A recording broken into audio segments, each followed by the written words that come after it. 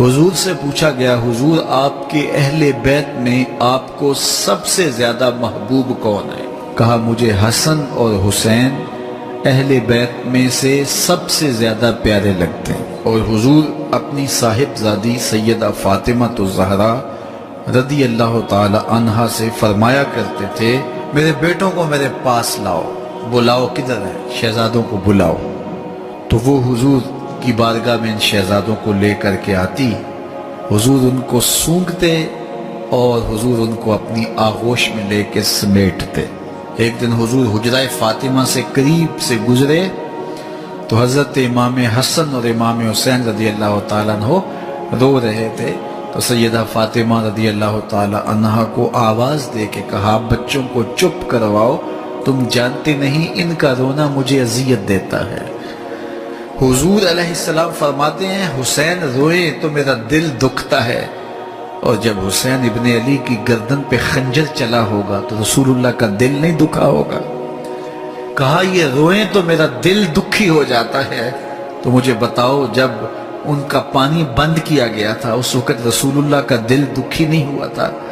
جب ان کی لاش پہ گھوڑے دوڑائے گئے تھے، جب ان کا پیراہن اتارا گیا تھا، جب ان کا سر کاٹا گیا تھا، اور جب 34 زخم تلواروں کے اور 34 گھاؤ نیزوں کے اور 113 سوراخ تیروں کے ان کے بدن میں لگائے گئے، ان کا جسم چھلنی کیا گیا اور گھوڑوں کی ٹاپوں تلے ان کے بدن کو روندا گیا اور سر کاٹ کے نیزے کی نوک پہ چڑھایا گیا، گنبد خضرا کے مکین پہ کیا گزری ہوگی؟ کیا حضور کو اذیت نہیں ہوگی؟ اور جو آج یزید کو امیر المومنین رحمت اللہ تعالی اور کیا کیا بولتے ہیں، کیا رسول اللہ کا دل دکھتا نہیں ہے؟ سیدہ فاطمہ الزہرا کے قلب اطہر پہ کیا گزرتی ہوگی؟ مولا کائنات کے قلب اطہر پہ کیا گزرتی ہوگی؟ یہ کتنے بد نصیب لوگ ہیں جو یزید کو اپنا مقتدا اور اپنا امام مانتے ہیں۔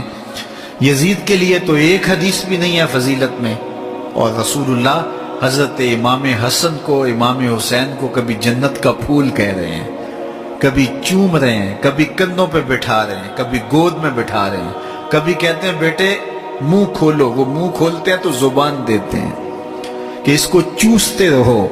مطلب کیا آج میری زبان چوس لو، کربلا کی پیاس میں دل نہیں گھبرائے گا۔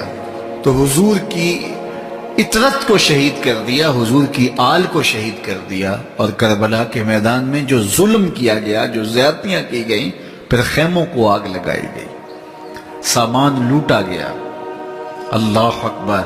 پھر یہ سر نیزوں کی نوکوں پہ چڑھائے گئے، 17 سر نیزوں کی نوکوں پہ چڑھائے گئے، اور پھر خاندان نبوت کی شہزادیوں کو سواریوں پہ بٹھایا گیا، اور آگے آگے سر چل رہے ہیں اور پیچھے یہ قافلہ چل رہا ہے۔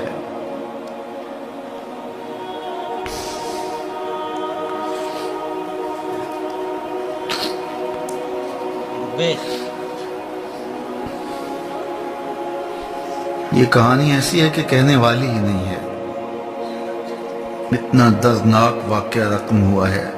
حضرت ابو ذر رضی اللہ تعالیٰ عنہ جلیل القدر صحابی ہیں، ان سے یہ روایت مروی ہے، کعبے کے دروازے کو پکڑ کے حضرت ابو ذر غفاری نے فرمایا لوگو سنو، میں نے یہ حدیث رسول اللہ سے خود سنی ہے۔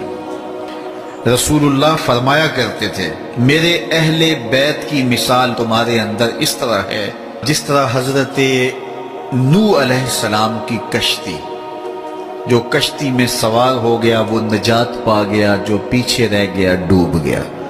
اگر منزل پہ پہنچنا ہے تو اہل بیت رسول کا دامن پکڑ۔ حضور نے یہ بھی ارشاد فرمایا میرے اصحاب ستاروں کی طرح ہیں، اور اہل بیت کو فرمایا کشتی نوح کی طرح ہیں۔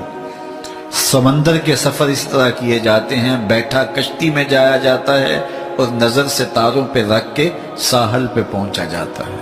وہ بھی ڈوب جائے گا جو ستاروں کو چھوڑے گا، وہ بھی ڈوب جائے گا جو کشتی کو چھوڑے گا۔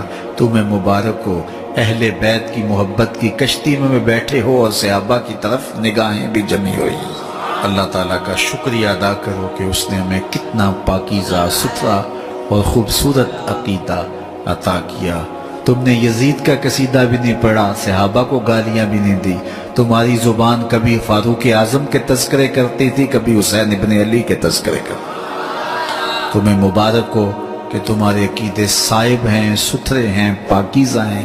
اللہ آپ کو سلامتیوں سے مالا مال رکھے۔